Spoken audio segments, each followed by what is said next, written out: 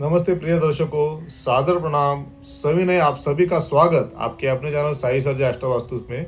और पुणे से मैं महेश गोले, ज्योतिष सखा, ज्योतिष मित्र। और मैं हूँ लेकिन एक ज्योतिष अभ्यासक जो ज्योतिष के माध्यम से जो भी चीज़ें ग्रहण करता हूँ वो इस चैनल के माध्यम से आपके सामने प्रस्तुत करने का प्रयास करता हूँ। मित्रों, हमारा जो सनातन धर्म है, ये सनातन धर्म या जिसे हम कहते हैं कि जो हिंदू धर्म जो इतने सालों से सनातन यानी पुरातन, और ये केवल पुरातन नहीं, नाम से सनातन या पुरातन नहीं, और हमारे जो शास्त्र ये केवल नाम के शास्त्र नहीं, शास्त्र का मतलब ही आज के आधुनिक युग में साइंस होता है। तो हमारा ये जो धर्म है जिस शास्त्रों पे टिका हुआ है, ये शास्त्र यानी साइंस आज के आधुनिक विज्ञान में जो चीज़ें अभी तक खोजी गई नहीं है उन सब चीज़ों का खोज करके उनको अनेक अनेक विषयों में लगा के अनेक अनेक ग्रंथों में हमारे सामने हमारे पूर्वजों ने इसे रखा हुआ है। बीच में कुछ आक्रमणकारियों की वजह से कुछ शास्त्र, जो कुछ ज्ञान, कुछ नॉलेज हमसे छीन गया, हमसे लूटा गया या नष्ट किया गया, हमारे पास उपलब्ध नहीं है। लेकिन फिर भी जो ज्ञान, जो नॉलेज आज भी हमारे पास उपस्थित है, ये आज के आधुनिक विज्ञान में भी शायद से इतना उसकी उपलब्धि नहीं है या अभी भी उसके ऊपर खोज चालू है। आज का विषय वही है, बात करने वाले हैं कि जो अभी मौसम हमारे देश में या पूरे विश्व भर में जो चल रहा है, इस विषय का हम ज्योतिष के माध्यम से समझ लेंगे कि ऐसा क्यों और कैसे हुआ, क्या हुआ इन 2-3 महीनों में। पिछले तो हम देखते हैं कि जो गर्मियों का मौसम था वो 1 महीना आगे चला गया, और यूरोप में भी हाहाकार हुआ कि बहुत सालों बाद यूरोप में भी जो टेम्परेचर था, तापमान था, वो तापमान 40 डिग्री के ऊपर चला गया। और वहाँ पे अभी जहाँ पे बर्फ की जगह कहते थे, ठंडी बर्फ, ऐसी जगह पे आज लोग गर्मी से मर रहे, बिल्कुल मर रहे, ऐसी स्थिति वहाँ पे देखने को हमें मिली है। और जैसा होता है कि उसे नाम भी गया एल निनो, तो यानी जो क्राइस्ट यानी जो उनके धर्म के देवता या पुत्र यीशु कहा जाता है, तो उनके नाम से गया, यानी वो अगर ऐसा विषय धर्म का करे तो वो चल जाता है। लेकिन हम अगर शास्त्र भी धर्म के रूप में आगे रखे, प्रस्तुत करे, तो उसे भी अंधश्रद्धा कही जाती है। लेकिन मैं ये बताना चाहता हूँ कि हमारे सनातन धर्म में ऐसी कोई अंधश्रद्धा, इसका कोई स्थान नहीं है। हमारे जो शास्त्र है ये पूरे के पूरे बिल्कुल विज्ञान के ऊपर आधारित है, और जो चीज़ें आज तक अभी तक खोजी गई नहीं है उनका पूरा सार, उनका पूरा अनुभव आपको हमारे शास्त्रों में, हमारे ग्रंथों में मिलेगा। इसलिए ये ग्रंथ ये साइंटिफिक है, इसके हमें कम से कम हर हिंदुओं को इसके बारे में जानकारी होनी चाहिए, और हर हिंदू ने ये मानना चाहिए कि जो ग्रंथ लिखे हुए हैं ये ग्रंथ केवल कोई मनोरंजन के साधन नहीं है। ये ग्रंथ केवल कोई परिकल्पना या कोई ऐसे किसी के मन में आया उसने लिख दिया, ऐसा नहीं है। ये पूरे के पूरे शास्त्रीय आधार पे यानी साइंटिफिक बेस पे रखे हुए ऐसे ये ग्रंथ है। तो बात करते हैं, ये जो 3 महीने हुए, इस 3 महीनों में हमने देखा कि जो तापमान था 1 महीना अधिक चला, यानी बारिश का जो मौसम जून में होना था वो जून में ना आते हुए ये जुलाई में चला गया, 1 महीना आगे निकल गया। ऐसा क्यों हुआ? तो हम सबको ज्ञात होगा, जिन्होंने जो धार्मिक रूप से भी अगर अधिक मास का नाम सुना होगा और अधिक मास में कुछ कार्य किए होंगे, तो उन सबको ज्ञात होगा कि एक अधिक मास आया था। अधिक मास यानी क्या कि एक अधिक का महीना, एक अधिक जो 12 महीने होते हैं उसमें एक अधिक महीना जोड़ा गया था, और ये जोड़ा जाता है हमारी तरफ से हिंदू धर्म में कैलेंडर के हिसाब से, ताकि जो कैलकुलेशन होते हैं ये एक्यूरेसी आनी चाहिए, उसमें एक्यूरेसी होनी चाहिए। ये एक्यूरेसी 30 और 31 का महीना जो हमने ग्रेगरियन पद्धति में देखते हैं, हमारा जो महीना होता है वो लगभग 30 दिन का होता है, और 30 दिन में जो वहाँ पे तो लीप ईयर करके कैलकुलेट कर लिया जाता है।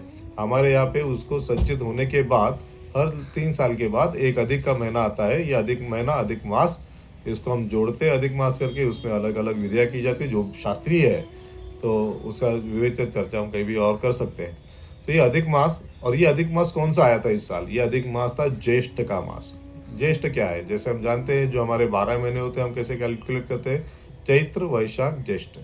तो ये तीसरा महीना जो होता है, जैसे हम सबको मालूम है कि जब गर्मियाँ शुरू होती है, जैसे मार्च में के आसपास हमारा जो नया साल होता है, नए साल में जैसे तीसरा महीना आता है, ये तीसरा महीना गर्मी का होता है। और ज्येष्ठ के मास में सूर्य महाराज का प्रभाव बहुत अधिक होता है। तो ऐसे 2 ज्येष्ठ के महीने आए, यानी 2 बार 2 महीने।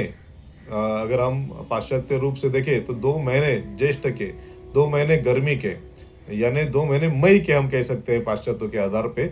ऐसे 2 गर्म महीने थे जिसे हम जून कहेंगे कि 1 महीना, क्योंकि उनके कैलेंडर के हिसाब से वो जून था। तो जो 2 महीने गर्मी के थे, इसके वजह से हम सबको बेसिक साइंस तो मालूम होगा कि गर्मियों के दिनों में जो समुद्र होता है, पानी होता है, उसका इवापोरेशन होता है, आगे जाके उसके क्लाउड डग जो हम कहते हैं वो बादल बनते हैं, और इन बादलों को जब भी ठंड हवा लगती है तो उससे कंडेंसेशन हम प्रोसेस कहते हैं, उससे बारिश होती है। बेसिक साइंस है। लेकिन ये अधिक का जो ज्येष्ठ का महीना था, जिसमें सूर्य महाराज का प्रभाव अत्यधिक था, और हम कहते हैं संक्रमण नहीं होता ज्येष्ठ मास में, यानी पूरे के पूरे महीने में सूर्य महाराज एक ही राशि में वहाँ पे उपस्थित थे। तो इस अधिक के महीने में, अधिक के मास में जो सूर्य महाराज का प्रभाव था, प्रकोप था, वो अधिक था, अत्यधिक था। इसके लिए ये जो हम कहते हैं कि इसको बाष्पीभवन का प्रोसेस कहा जाता है, तो ये हुआ नहीं, यानी इवापोरेशन का प्रोसेस है वो हुआ नहीं। उसके वजह से, क्योंकि गर्मी थी, गर्मी है तो इवापोरेशन खाली होगा, उसमें कंडेंसेशन होके बारिश का जो हम बेसिक साइंटिफिक फार्मूला बोलते हैं वो नहीं हो पाएगा, तो वो नहीं हो पाया। इसके वजह से उस वक्त बारिश नहीं हुई। और इस इवापोरेशन की वजह से, अधिक का इवापोरेशन जो हमने यूरोप में भी देखा, वहाँ पे भी तो, और वो है भी वैसे समंदर के उनका जो ये होता है मुंबई और जो भी कोस्टल एरियाज हो गए, वहाँ पे भी इस महीने में देखा होगा लोगों ने कि टेम्परेचर है वो जो अधिक लगता है, क्योंकि वहाँ पे अधिक बाष्प की निर्मित होती है, बाष्प अधिक बनता है। लेकिन वहाँ पे गर्मी की वजह से, सूर्य महाराज का प्रभाव वहाँ पे होने की वजह से उसका संघनन होके, यानी कंडेंसेशन होके बारिश नहीं होती है। तो ये वजह थी जिसकी वजह से ये जो यूरोप में भी गर्मी आई, इंडिया में, भारत में भी जहाँ जहाँ पे कोस्टल एरिया था वहाँ पे भी अधिक की गर्मी टेम्परेचर देखने को मिला। ज़्यादा से ज़्यादा इसमें मौसम में बाष्प था उस वक्त, और तब बारिश हुई नहीं थी। और जैसे ही सूर्य महाराज का परिवर्तन हो गया, ये अधिक का मास चला गया और हम ज्येष्ठ से आषाढ़ में आ गए, तो आषाढ़ में आते इस बारिश की आहिस्ता आहिस्ता, यानी लगभग जून के मध्य में, 18 जून के बाद जब ये ज्येष्ठ मास की समाप्ति हुई, तो 10-15 दिन इस प्रोसेस में चले गए। और इसके बाद अभी जो हम लोग देख रहे हैं वो बारिश, और ये अधिक की हो गई क्योंकि अधिक बाष्पीभवन हुआ, अधिक ज़्यादा इवापोरेशन होने की वजह से ज़्यादा बादल बने, और उसके वजह से ये जो बारिश का जो प्रमाण है हम जो देख रहे हैं वो अधिक है।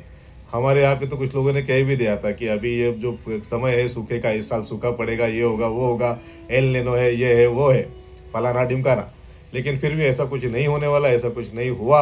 और बारिश इतनी हुई कि ये लगभग जहाँ पे मैं रहता हूँ उस शहर में, उस राज्य में, लगभग साल भर का बारिश का जो पानी है संचय है वो लगभग हो गया है। नदियों को एक हम कह सकते हैं कि अच्छा खासा पानी वहाँ पे नदियों में आया है। जो ब्रिजेस है वहाँ तक पानी का लेवल आ गया है, ये एक ही या 2 ही बारिश में। तो ये सब होने का कारण ये शास्त्र है, साइंस है। और इस साइंस को हमारा धर्म, हमारी संस्कृति और हमारे पूर्वज ये बहुत भली भांति अच्छी तरह से पिछले कई हज़ार वर्षों से जानते थे, इसलिए उन्होंने ये अधिक मास यहाँ आया हुआ है, ऐसा हमें यहाँ पे दिखता है। तो हमें कभी भी हमारे शास्त्रों के ऊपर, हमारे जो सांस्कृतिक परंपरा है इसके ऊपर कभी भी शंका नहीं होनी चाहिए, और हमें इसे अधिक से अधिक अध्ययन करके ये जो शास्त्र हमारे पूर्वजों ने हमारे लिए छोड़ के गए, रखा हुआ है, इसको हम सभी ने अध्ययन करना चाहिए।